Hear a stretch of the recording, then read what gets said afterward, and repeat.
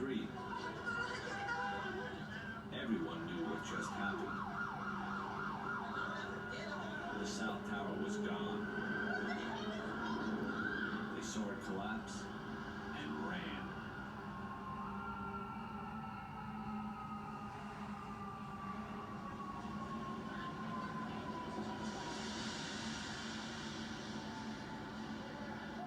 Waiting.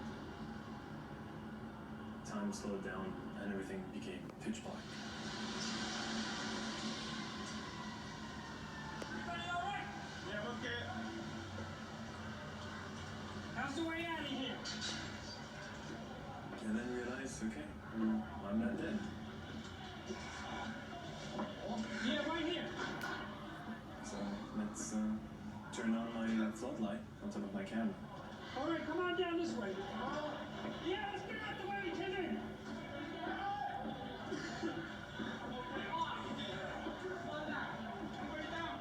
Inside the Trade Center, all Jules and Chief Pfeiffer knew, all anyone knew, was that something had gone terribly wrong. They asked me, here was the light to help us out. So it was pointing my light wherever they needed it.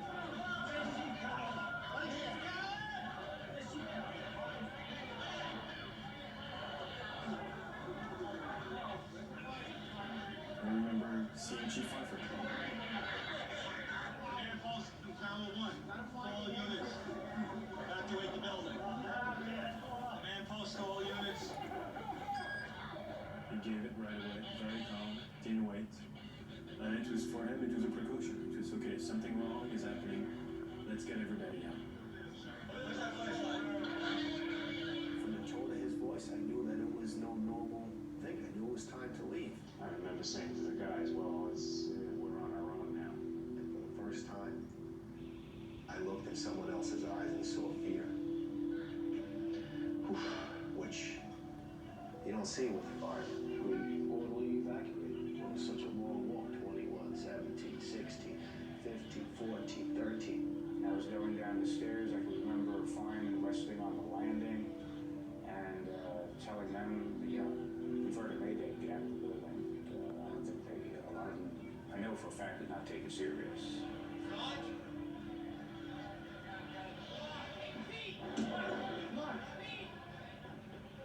I was not even consciously filming, I was just had my camera by my side and pointing the light wherever they needed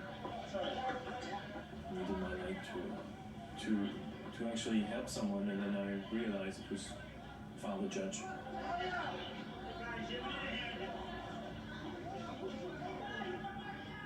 We saw him lying at the base of the escalator where we were. And I removed his white collar and I opened up his shirt. And I remember checking for his pulse and realizing at that time he was gone. All right, we got 4 guys. Company escalator.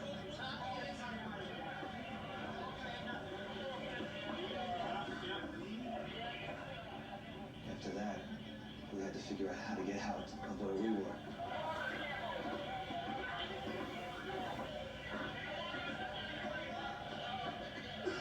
Because if you go out this way, right where we are now, people are still jumping, debris still falling, and it's too dangerous. You cannot go out this way. World Trade Center, we took a hit on that last explosion. Which way?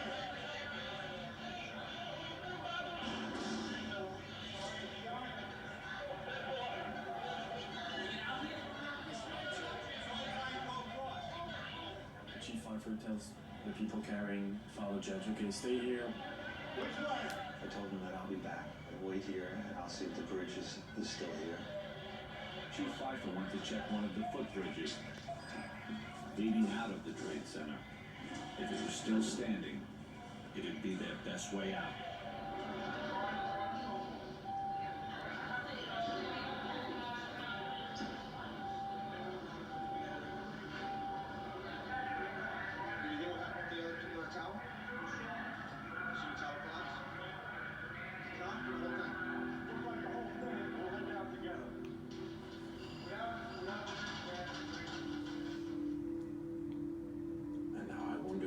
first time if June is still alive.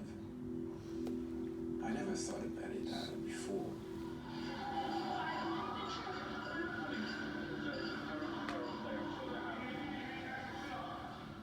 I realized that Jules could be dead at that very moment. I had to find June. Gideon hitched a ride with 3 off-duty firemen, determined to get to the trade center the only way they could, in a pickup truck.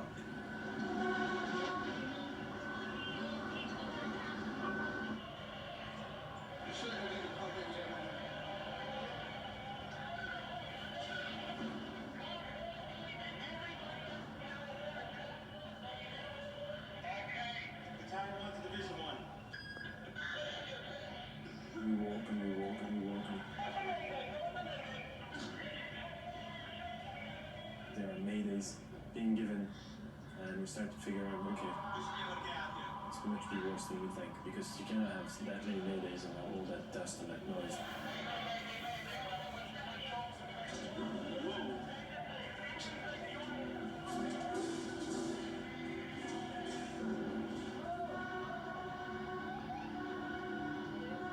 That's when I felt the danger for the first time. It was all around you. I mean, every single cell of your body was telling you, you shouldn't be here.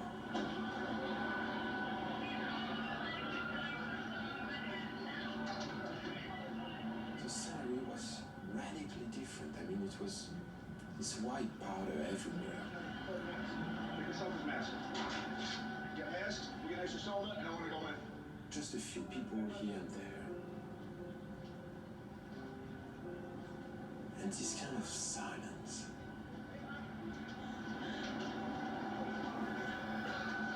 You have ambulances straight down. Thank you for saying there's no word on casualties. You have ambulances straight down. It's nice to say the loss of life, presumably close. Ambulance straight down. Ambulance straight down. Over out. Getting north, getting away from the World Trade Center, as well as finding out where their families are. The south tower of the World Trade Center just minutes ago collapsed to the ground. Only one tower is standing at this point. I have a direct line of sight to what is left of the World Trade Center. The fire continues to burn. I can see the flames through the same smoke.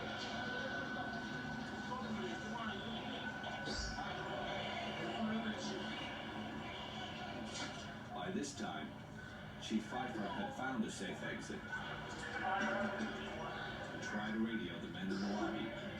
No answer.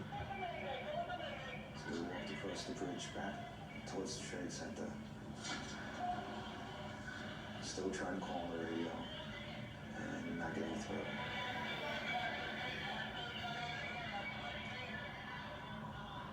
The guys that have been left there, they're not there anymore.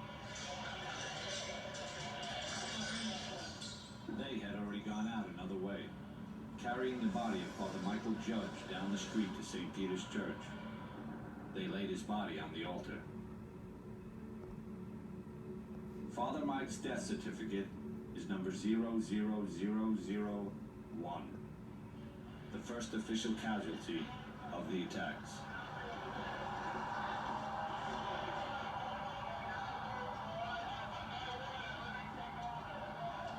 The chief, his aide Eddie Fahey, and Jules walked outside, underneath the footbridge they just crossed, and into a scene that none of them could even comprehend.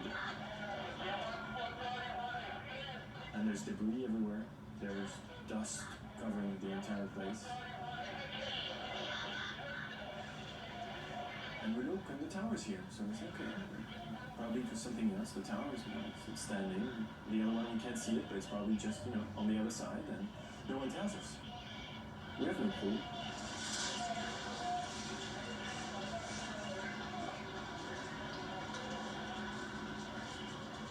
So, we walk north. Just trying to figure out what took place here, and then try to gain some control. And then was it just a sense that this wasn't a good place to stay?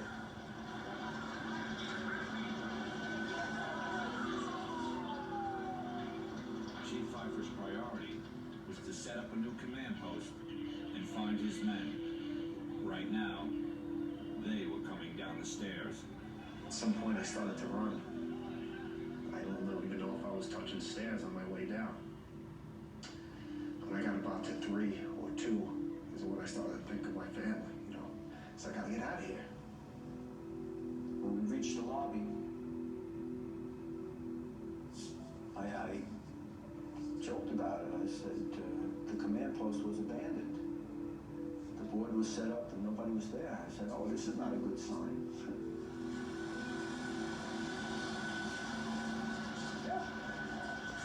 I knew there was nothing I could really do. I mean, I was not a fireman. But as a cameraman, yeah, there was something I could do. And it was to document what was happening.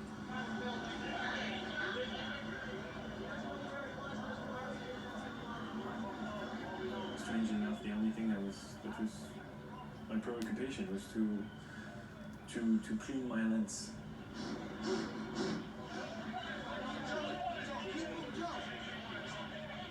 Jules was with Chief Pfeiffer, who was plotting his next move. The firefighters from my house had reached the lobby and scattered. You know, kind of walking at this point, we knew we were out of the building, felt we were safe. Unfortunately, there were people jumping out of windows. You could see them hitting the ground all around you, debris hitting the ground.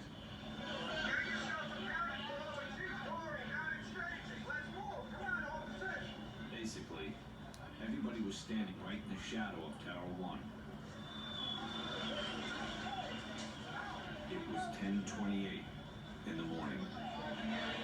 And this huge roar.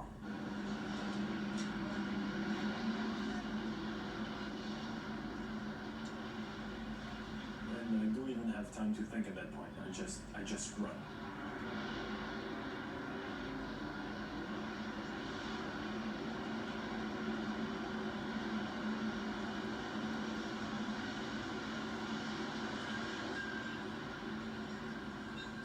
Then I feel someone jumping on top of me, and then the dust.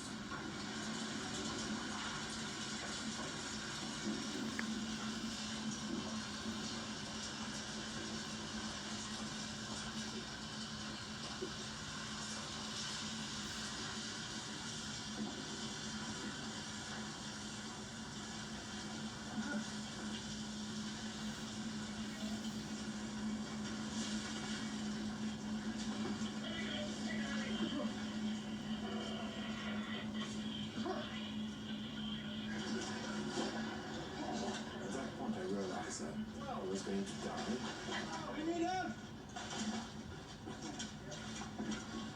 And the only thing I could think about was Jules. And I remember telling myself that if I would survive that, I would be a better brother.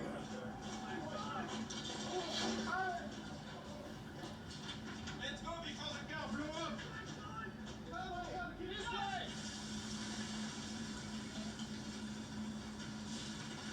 And it's dead silence. It's nothing. No radio calls. No sound. Nothing.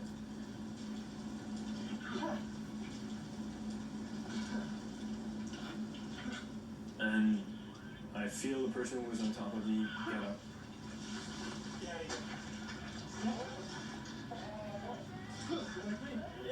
And I recognize it's Chief Pfeiffer's voice. And I just realized it jumped on top of me to protect me from all this.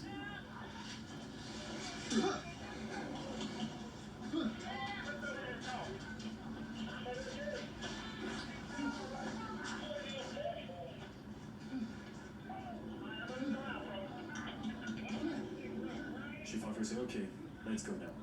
And we get up. The dust starts to clear because the wind was blowing in the opposite direction.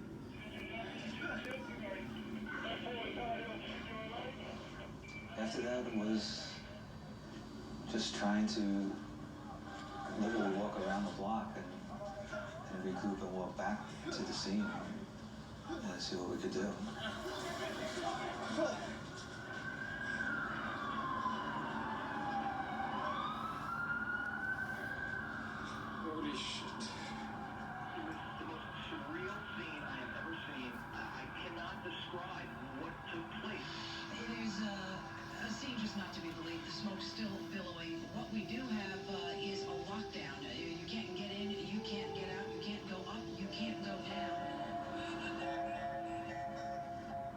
I see that I'm still in the middle of the street, and I see there's a little deli, seems to be open in the corner. Yeah, we get home too.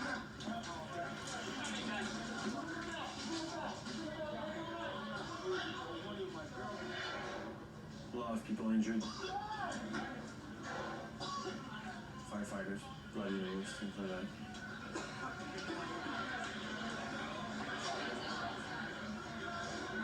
And then it hits me. Now, where is my brother?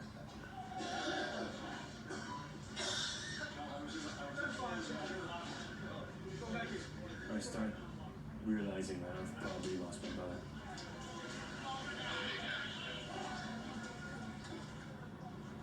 So I try to go back to the World Trade Center. I need to go find my brother. Where are the guys? I have no idea. I wish we could keep fighting for them. And I'm in the middle of the street walking, and a cop approached me and says, you know, who are you with? I'm with the chief of Battalion 1. Oh, you Battalion 1? You got anything? Take your letter and your camera and get out of here. Alright? Go. So I go back up, walk north, not really knowing where I'm going. Yeah, they're making a documentary on the fire department. Come on, this ain't fucking Disneyland. Let's go. And after a while I said, you know, there's nothing I can do here. I need to go back to the firehouse. Maybe they have some news, and maybe he's already back there. But at that point I think he's dead. And it becomes too overwhelming.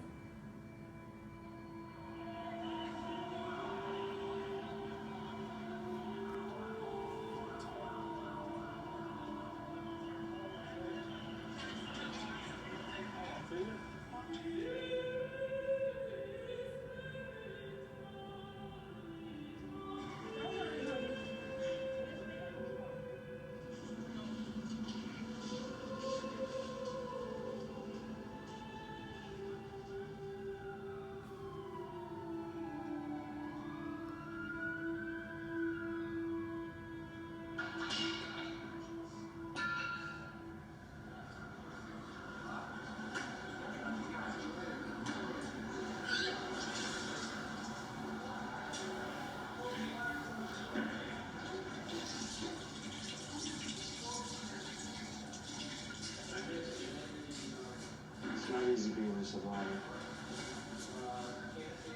Little to little, the guys started to come back, one by one. I can't explain why I'm here and there's so many dead. Very emotional. My guys are crying. So many thoughts and emotions. We lost that. We were in 1. 2 fell first, and then they told us to get out. 2 fell first? 3 fell first. I can't figure this out. 1 didn't fall first. That's why they got this out. We got to call our loved ones, tell them we were okay. It was fucking sick. But we just got out. We just got out 2 blocks, and I'm like, I'm still not far enough. I got to know this thing. You know, you just needed to be with the guys, you know. I was never so glad to see firemen in my life. It was a great thing to know that people were surviving this. I thought you guys were dead.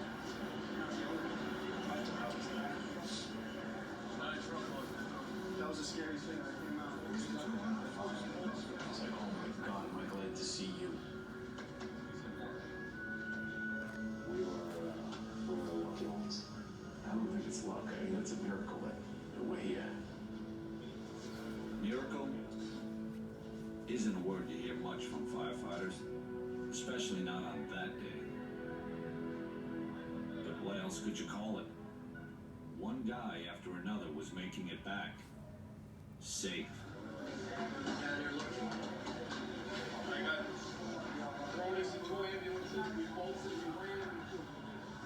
I can't believe we all made it out. How did we make it out of there, tell me? 30 seconds. Another 2 flights higher. One guy from the firehouse came to me And I asked him, you know, have you seen Jules? I mean, do you know where he is? And he looked at me and he said, yes, he's behind you.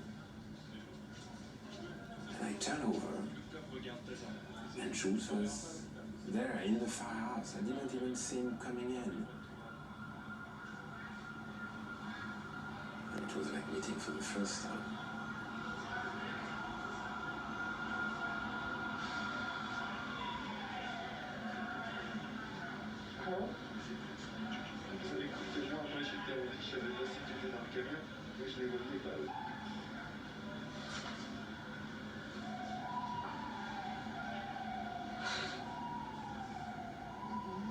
Jules, if he's alright, he tells me yes. He tells me that he was all that time in the lobby. I tell him, I know now what it's like to think you're going to die. And then I tell him, I got the first plane and I filmed, and do you have enough tape? Unbelievable. Good to see you. Yeah, close. Under. Yeah. Okay, good. Right. And it definitely was a miracle.